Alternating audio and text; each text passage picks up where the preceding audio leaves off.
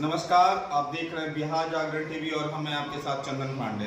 अभी हम पिरपैंती के एक ऐसे स्कूल में हैं, उच्च माध्यमिक विद्यालय रानी दियरा, जो ये एक ऐसा विद्यालय जो है जो बाढ़ के समय लगभग 2 से 3 महीना जब तक बाढ़ रहता है, इस स्कूल को पूर्ण रूप से बंद कर दिया जाता है, क्योंकि इस स्कूल में चारों तरफ पानी भर जाता है।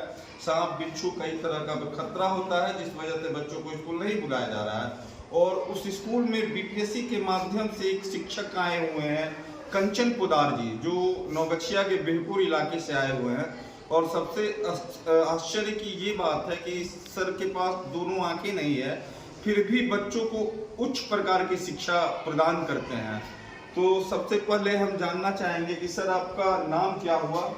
सबसे पहले इस चैनल के माध्यम से सभी श्रोताओं को मेरा प्यार भरा नमस्कार और सर आपको भी नमस्कार। अच्छा, इससे पहले सर कोई इंटरव्यू लिया था आपका? नहीं सर, ये आपका पहला इंटरव्यू? जी बिल्कुल। अच्छा सर, अगर बच्चों को आप पढ़ाते हैं तो कैसे पढ़ा लेते हैं? जैसे कोई सब्जेक्ट होता है, 10th हो गया, 9 हो गया। ब्रेल लिपि के माध्यम से।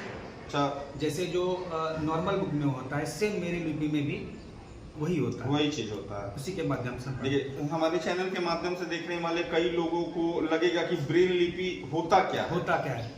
कितने लोगों को नहीं मालूम है कि ब्रेल लिपि क्या है? ब्रेल लिपि जो होता है वो स्पर्श के माध्यम से पढ़ते हैं। जैसे आप लोग देखते हैं, ठीक उसी प्रकार से हम हाथ से छू छू करके पढ़ते हैं। तो हाथ से छू के आप बता सकते हैं कि कौन क्या है, नहीं है? जी बिल्कुल। तो कुछ बच्चे भी हैं, आओ आप यहाँ आगे आओ, दोनों आओ, एक लड़का भी है।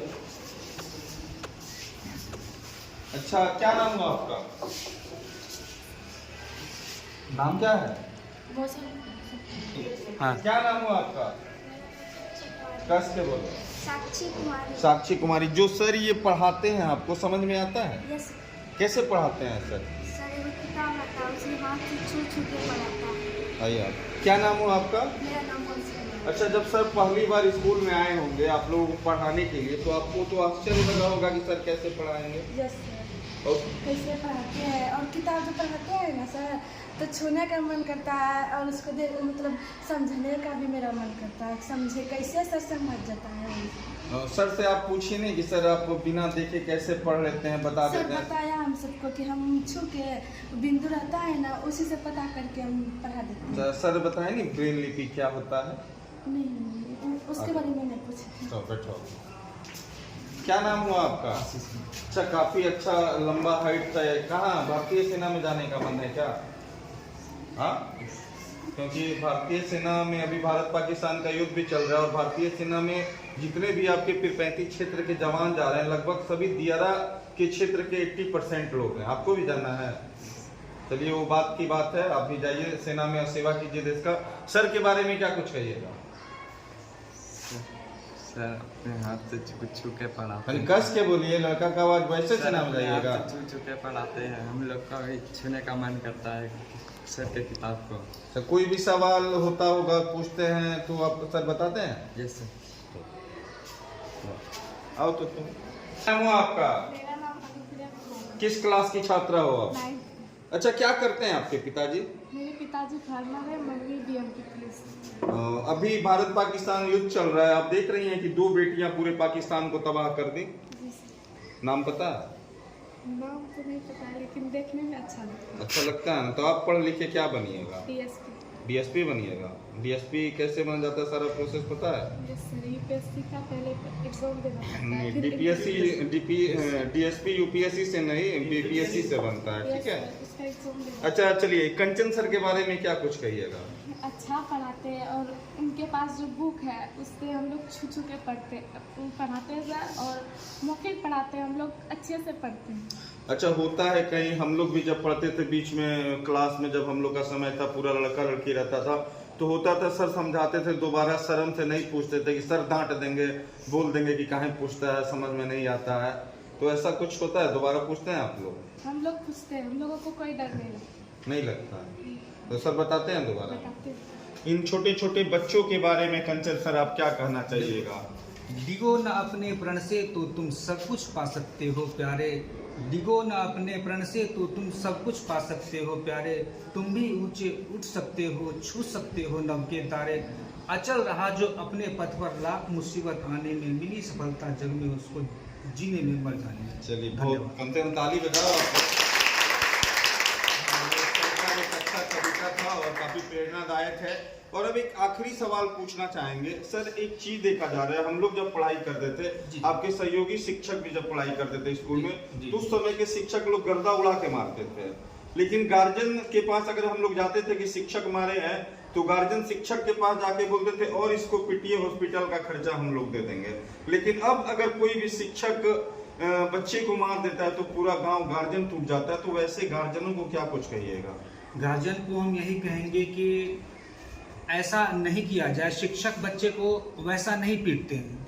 शिक्षक हल्का अगर डराएंगे नहीं तो बच्चे सुधरेंगे कैसे? बच्चे में थोड़ी सी डर तो होनी चाहिए ना। इसलिए अभिभावक से मेरा आग्रह है अभिभावक से कि बच्चे को जो है स्कूल भेजें प्रतिदिन, और शिक्षक के प्रति जो है ऐसा सोच ना रखें कि शिक्षक मारेंगे बच्चे को। सर, हम तो कहेंगे कि शिक्षक को वो छड़ी लौटा दी जाए एक बार फिर से, जिससे बच्चों में अनुशासन बना रहे। बिल्कुल, जी जी जी। इसी बात पे सर हम चाहेंगे कोई एक अच्छा कविता सुना दीजिए शेरो शायरी में बच्चों पे, क्योंकि आप लगते हैं कविता अच्छा बोलते हैं। एक बच्चे पर आधारित गीत है।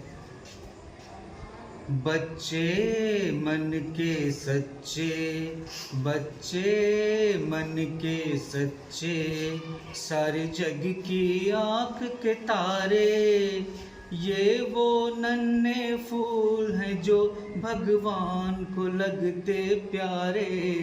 बच्चे मन के सच्चे, खुद रूठे खुद मन जाए, फिर हम जोली बन जाए। चलिए, बहुत बहुत धन्यवाद। और मैं जाते एक बात और बताना चाहूँगा कि जैसे ही रानी दियारा स्कूल में एक शिक्षक हैं, ऐसे ही एक शिक्षक हमारे पीरपैंती प्रखंड के शामपुर गांव के पास एक स्कूल है, अभी नाम याद नहीं आ रहा है। हम चाहेंगे इन सर से जो बात हुआ और वो सर से जो बात हुआ, दोनों सर का हम खबर चलाएंगे, आप लोग कमेंट में ज़रूर बताइएगा। धन्यवाद। एक लास्ट सवाल सर, क्या है कि आप एक प्रेरणा है, और क्या रहा आपका चुनौतीपूर्ण जीवन में आप इस लक्ष्य तक पहुँचे, तो क्या चुनौतीपूर्ण सामना करना पड़ा होगा? देखिए, मैंने जीवन में बहुत संघर्ष किया। संघर्ष, हमारी प्रारंभिक पढ़ाई जो है राजकीय नेत्रहीन मध्य विद्यालय भागलपुर से हुई। वहाँ तक तो हमारे अभिभावक जो है पहुँचाते थे और विद्यालय से ले जाते थे। उसके बाद 8, 9, 10 हमने उच्च माध्यमिक विद्यालय पटना से किया। वहाँ से हमने स्वयं जाना आना शुरू किया अकेला।